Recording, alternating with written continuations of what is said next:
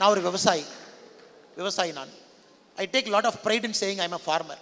விவசாயிகளுடைய நிலைமை இன்னைக்கு இந்தியா முழுவதுமே தமிழ்நாட்டில் நம்ம எதிர்பார்க்குற அளவுக்கு அவங்களுக்கு இல்லை. மிக முக்கிய காரணம் விவசாயத்தை இன்னைக்கு தொழிலாக பார்க்கறதுக்கு யாரும் தயாராக இல்லை.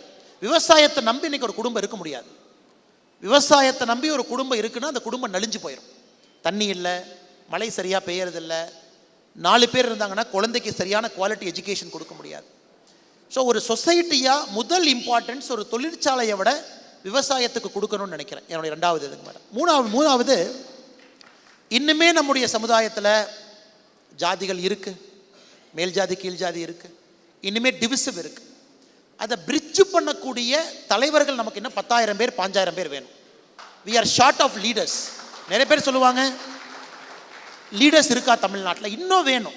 பஞ்சாயத்து லெவலில், பிளாக் லெவலில், டிஸ்ட்ரிக்ட் லெவலில் we need leaders who can solve tomorrow's problem. So 3 விஷயம். கல்வி உலகத்தரம் வாய்ந்தது மேடம். விவசாயத்திற்கு மறுபடியும் ஒரு செழிப்பான எதிர்காலத்தை உருவாக்கணும். 3வது அருமையான தலைவர்களை எல்லா நிலையிலையும் உருவாக்கணும். இந்த 3 விஷயங்கள் இன்றைய தேவையாக நான் பார்க்குறேன். ரீஜனல் பாலிடிக்ஸ் அப்படிங்கிற இருக்கு தமிழ்நாட்டில். இப்போ ரீஜனல் பாலிடிக்ஸ் தான் இருக்குது. இதை நேஷ்னல் பாலிடிக்ஸாக மாற்ற முடியும்னு நீங்கள் நினைக்கிறீங்களா? ரீஜனல் பாலிடிக்ஸ், நேஷனல் பாலிடிக்ஸுங்கிறது என்னை பொறுத்த வரைக்கும் நான் பெருசாக அதை பார்க்கல மேடம். குட் பாலிடிக்ஸ் தான் நான் பார்க்குறேன். என்னை பொறுத்தவரை நல்ல பாலிடிக்ஸாக இருக்கணும். Regional party by its very nature தவறு கிடையாதுங்க. காங்கிரஸ் பண்ணுற தவறுகள், சாரி நான் மறுபடியும் பாலிடிக்ஸ்குள்ளே போயிட்டேங்க. இந்த ரீஜனல் பாலிடிக்ஸ்க்கு வர காரணமே இந்தியாவில் முதல்ல தேசிய பாலிடிக்ஸ் தான் இருந்துச்சு.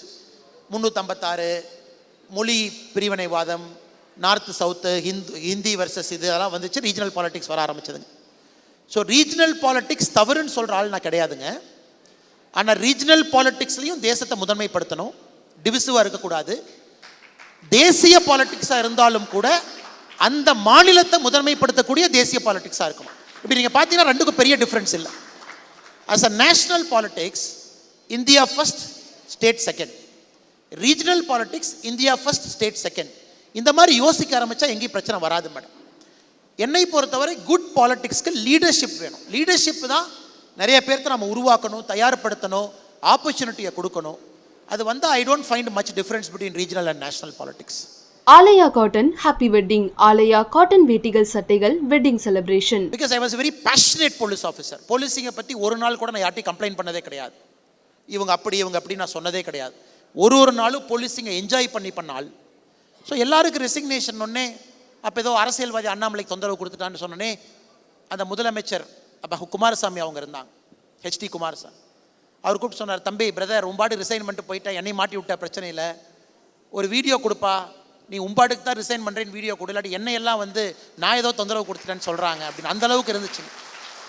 Then I have to put out a video saying that no I am going on my own, எனக்கு யாரும் தொந்தரவு கொடுக்கல. பட் கர்நாடகாவில் நிறைய பேர் கேட்டது, அடுத்து என்ன பண்ண போகிறேன்னு நீங்கள் சொல்லிட்டு போனால் நாங்கள் சமாதானமாவோம், நீங்கள் சொல்லாமல் போகக்கூடாதுன்னு, நீங்கள் என்ன வேணாலும் செய்யுங்க ஆனால் சொல்லிட்டு போங்க.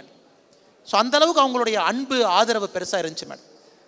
ஸோ அந்த காலகட்டத்தில் நம்ம என்ன பண்ணணும் அப்படின்னு யோசித்து நம்ம ஆரம்பித்த என்ஜிஓ தான் வி த லீடர்ஸ் ஃபவுண்டேஷன். அந்த என்ஜிஓனுடைய நோக்கம் அடுத்த கட்ட தலைவர்களை உருவாக்கணும். குறிப்பாக எஜுகேஷனில் ஸ்கில்லிங், அக்ரிகல்ச்சரில் ஆர்கானிக் அக்ரிகல்ச்சர், கிராமத்தினுடைய அடிப்படை வளர்ச்சிக்காக 3 இடத்துல இது வேலை செய்யணும் அப்படின்னு ஆரம்பித்தது. அரவக்குறிச்சியில் மையமாக வச்சு இன்றைக்கி 6 ஆஃபீஸ் இருக்குது. நாங்கள் ஆரம்பித்ததுக்கும் இன்றைக்கி 2 ஆண்டுகள் கழித்து வி த லீடர்ஸ் பார்க்குறக்கும் ஒரு மிகப்பெரிய ஒரு சமுதாய மாற்றத்தை அது வேலை செய்யக்கூடிய இடத்துல அது உருவாக்கியிருக்கு.